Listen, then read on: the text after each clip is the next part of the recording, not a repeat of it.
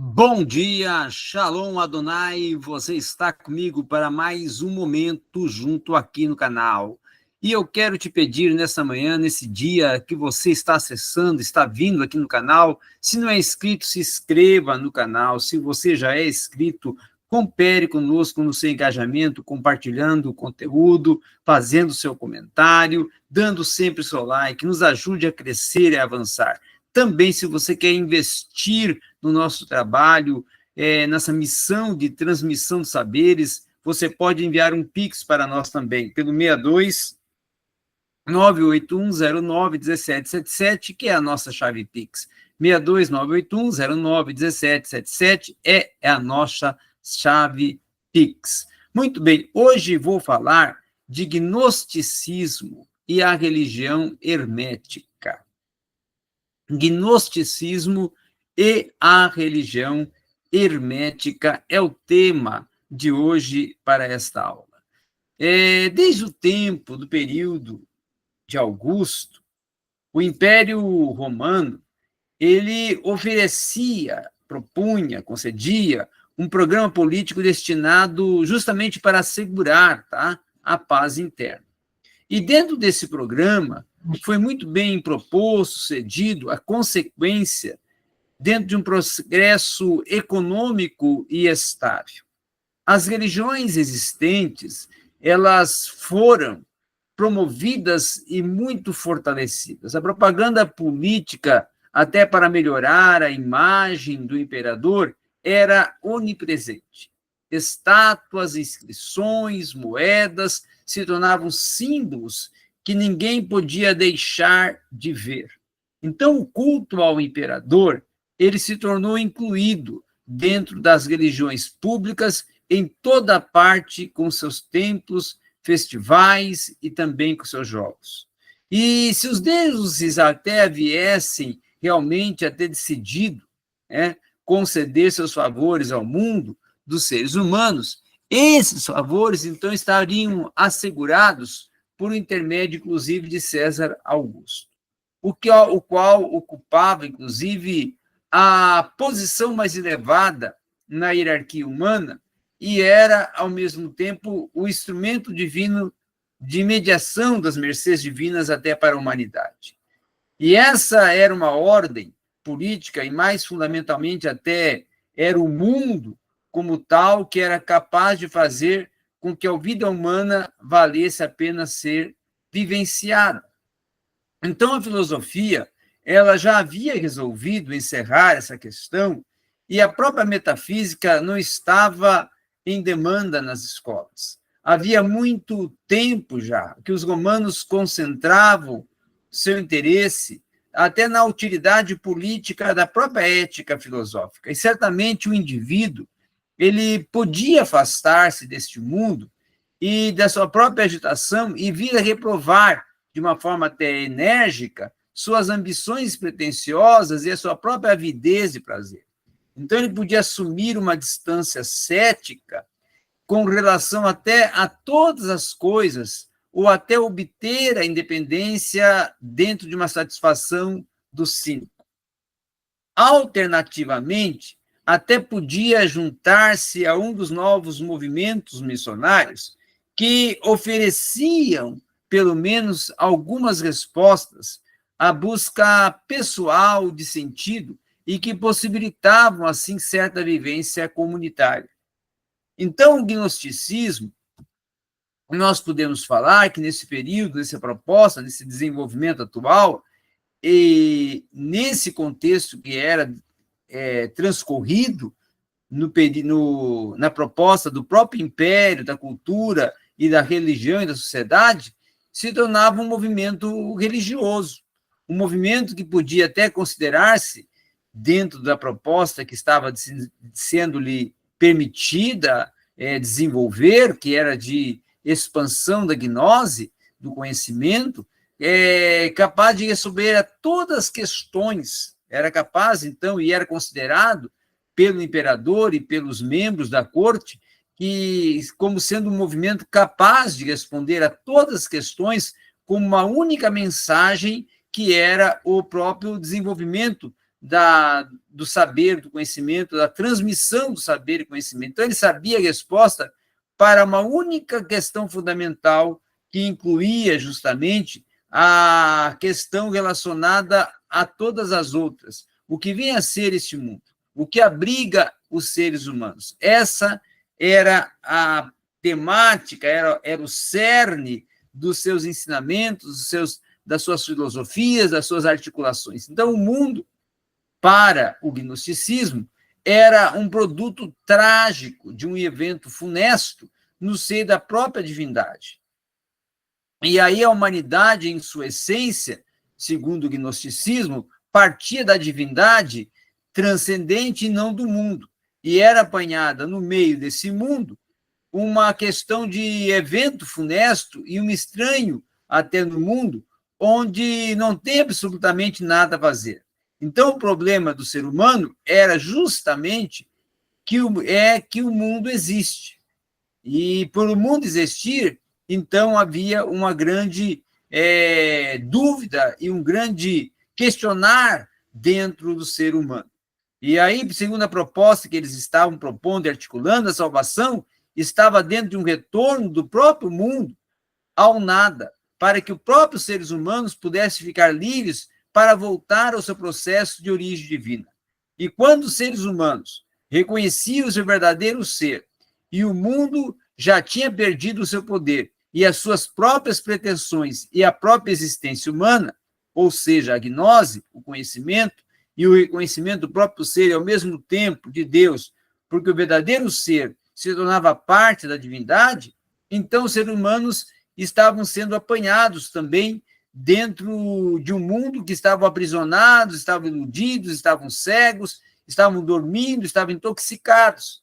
E até se fazia necessário, dentro de uma chamada de um aspecto de despertamento, torná-los conscientes de uma verdadeira identidade, lançando esse chamado no mundo de uma tarefa que era reveladora de um próprio conteúdo que era chamado e unicamente se tornava uma mensagem de que o próprio ser humano pertencia a um reino divino, e também se tornava um ser que era estrangeiro neste mundo. Tá? Então, dentro dessa filosofia, dentro dessa proposta, todos os que têm essa igualdade com Deus em si mesmos são capazes de ouvir esse chamado, reconhecer o seu verdadeiro ser, e esse reconhecimento os liberta. Então, o restante da mensagem gnóstica era uma proposta de ajudar, na verdade, a descobrir o próprio caminho da saída deste mundo, que a outras coisas não é senão um aborto trágico. Tá? E dentro dessa proposta, a mensagem respondia a algumas perguntas, como, por exemplo, de onde vim, por que estou aqui, como posso encontrar um caminho de volta. Portanto, o mito gnóstico, nós podemos dizer que dentro desse questionamento, ele tratava do início divino primordial, que era uma teogania. Na verdade, se tornava uma queda trágica e funesta da própria armadilha, que se tornava uma cosmogonia, né? Se tornava um aprisionamento humano, uma antropologia, um caminho de volta para a própria realidade da própria origem divina e a própria escatologia. Então, para o historiador da religião, essa descrição do próprio gnosticismo podia não ser satisfatória. E a própria história se tornava comparada de religiões que procuravam, assim, descrever eventos, compreender dependências e apresentar novos fenômenos, de tal modo que viesse, assim, ser possível verificar como eles se relacionavam com conceitos religiosos mais antigos ou análogos, ou até por eles viessem a ser causados. Então, entretanto, a nova concepção religiosa do próprio gnosticismo, ela não poderia ser derivada de um movimento ou até de uma tradição religiosa mais antiga. E ela se tornava inútil até para se perguntar algumas coisas e questionar algumas coisas que eram propostas, por exemplo. Então, a origem do gnosticismo, ela não podia ser explicada em termos de dependências ou até de circunstâncias históricas específicas, né? E a novidade radical da concepção gnóstica, ela se tornava uma impossibilidade dessa explicação. E, nesse aspecto, é que a questão geral do lugar, da sua própria origem, não podia ser posta de lado.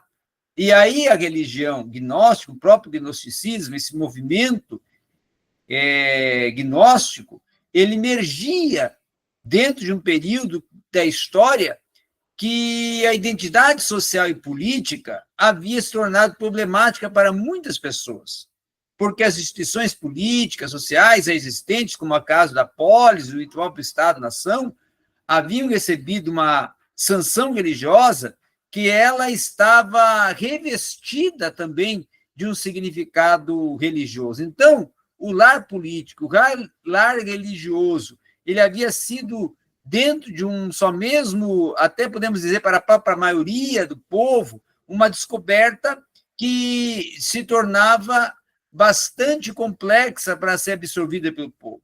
E a descoberta helenística do universo como um lar para seres humanos, que realmente as pessoas, ou colocava as pessoas em conforto, com uma certa estranheza, com um certo significado, de um conceito que era derivado de crenças que eles propunham, tanto religiosas como tradicionais, acabava, sem dúvida, trazendo várias sugestões.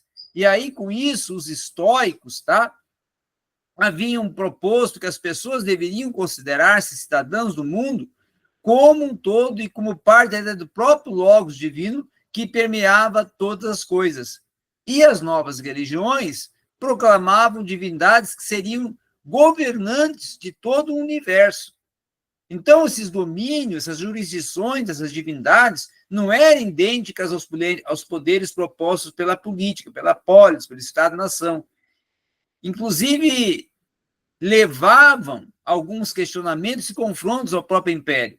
Então, além disso, se olhasse numa ótica de céu, numa ótica de mundo celestial, o indivíduo viria que o ar estava povoado de demônios e que não necessariamente até tinha-se uma disposição de ótica favorável com relação até aos seres humanos, e que os próprios planetas traziam mais dias maus do que bons, e que os astros, o zodíaco, ditavam uma lei que era férrea a que os próprios deuses estavam submetidos. Então, essa experiência do mundo, ela era um pressuposto para uma religião gnóstica e para a sua própria mensagem. E o gnosticismo, ele não podia ser derivado de outra coisa, senão da própria experiência do mundo, como um lugar que se tornava estranho à própria mensagem libertadora do chamado divino, pelo qual até, inclusive, os seres humanos se tornavam capazes de conhecer a si mesmos e a seu verdadeiro ser.